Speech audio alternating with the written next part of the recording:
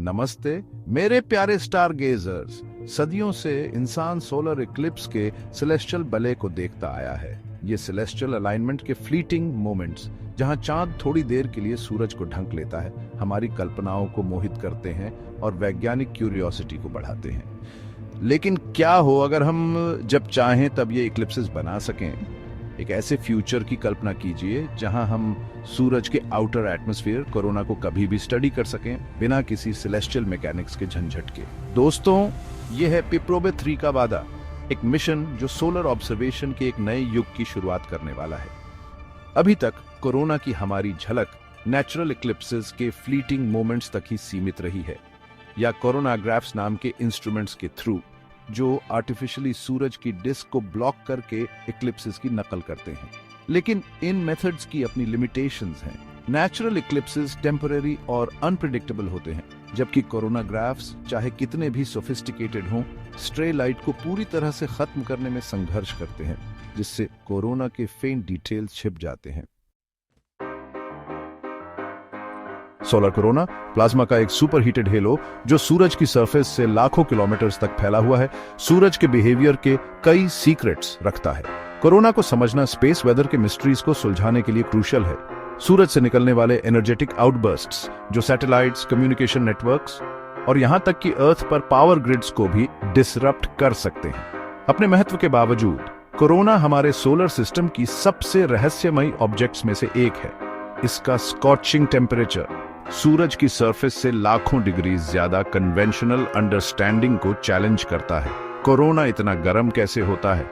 Solar wind को कौन से मैकेनिज्म्स चलाते हैं? चार्ज्ड पार्टिकल्स की एक कांस्टेंट स्ट्रीम जो कोरोना से निकलती है और पूरे सोलर सिस्टम में फैलती है। ये कुछ ऐसे क्वेश्चंस हैं जो सोलर फिजिसिस्ट्स को पजल करते रहते हैं। Proba 3 project for on board autonomy का short form European Space Agency द्वारा डेवलप किया गया एक मिशन। इस इनोवेटिव मिशन में 2 सैटेलाइट्स होंगे जो प्रिसाइज फॉर्मेशन में उड़ान भरेंगे। एक ऑकल्टर के रूप में काम करेगा, सूरज की डिस्क को ब्लॉक करेगा, और दूसरा कोरोनाग्राफ के रूप में आर्टिफिशियली क्रिएटेड इक्लिप्स को ऑब्जर्व करेगा। एक कॉस्मिक बैले की कल्पना कीजिए जिसमें 2 स्पेसक्राफ्ट एक दूसरे के अराउंड पायरवेट कर रहे हैं, 150 मीटर्स की दूरी पर अपनी डेलिकेट डांस मेंटेन कर रहे हैं, और ये सब ओवर 20,000 किलोमीटर्स पर आवर की स्पीड से ट्रैवल करते हुए। प्रिसिजन का यह अनप्रेसिडेंटेड लेवल प्रोबे 3 को 6 आवर्स तक का आर्टिफिशियल इक्लिप्स क्रिएट करने की अनुमति देगा, जिससे साइंटिस्ट्स को कोरोना का एक्सटेंडेड और अनअब्स्ट्रक्टेड व्यू मिलेगा। यह एक्सटेंडेड ऑब्जर्वेशन पीरियड क्रूशियल है। यह साइंटिस्ट्स को कोरोना में होने वाले डायनामिक प्रोसेसेस को अनप्रेसिडेंटेड डिटेल में स्टडी करने में इनेबल करेगा, कॉर्नल स्ट्रक्चर्स के एवोल्यूशन और मैग्नेटिक फील्ड्स और प्लाज्मा के इंट्रिकेट इंटरप्ले को कैप्चर करेगा। इसके अलावा Proba 3 future space based observatories के लिए रास्ता तैयार करेगा, एडवांस्ड एस्ट्रोनॉमिकल ऑब्जर्वेशंस के लिए फॉर्मेशन फ्लाइंग की फीजिबिलिटी को डेमोन्स्ट्रेट करेगा। हालांकि स्पेस में प्रिसिजन के इस लेवल को अचीव करना कोई आसान काम नहीं है। मिशन मैनेजर्स द्वारा हाईलाइट की गई कई टेक्निकल चैलेंजेस का सामना मिशन को करना पड़ेगा। आर्टिफिशियल इक्लिप्स के लिए रिक्वायर्ड प्रिसाइज फॉर्मेशन को मेंटेन करने के लिए कटिंग एज गाइडेंस, नेविगेशन और कंट्रोल सिस्टम्स की जरूरत है। स्पेसक्राफ्ट को कॉन्स्टेंटली अपनी पोजीशंस एडजस्ट करनी होगी। सूरज, पृथ्वी और यहां तक कि सनलाइट के प्रेशर के ग्रेविटेशनल पुल के लिए भी कॉम्पेंसेट करना होगा।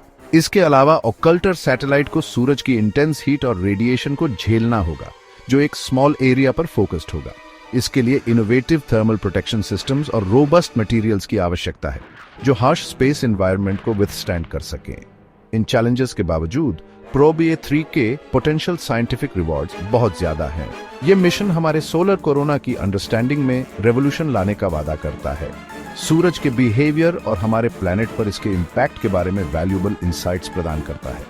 जैसे जैसे हम स्पेस में आगे बढ़ते हैं, स्पेस वेदर की डीप अंडरस्टैंडिंग और भी क्रिटिकल हो जाती है।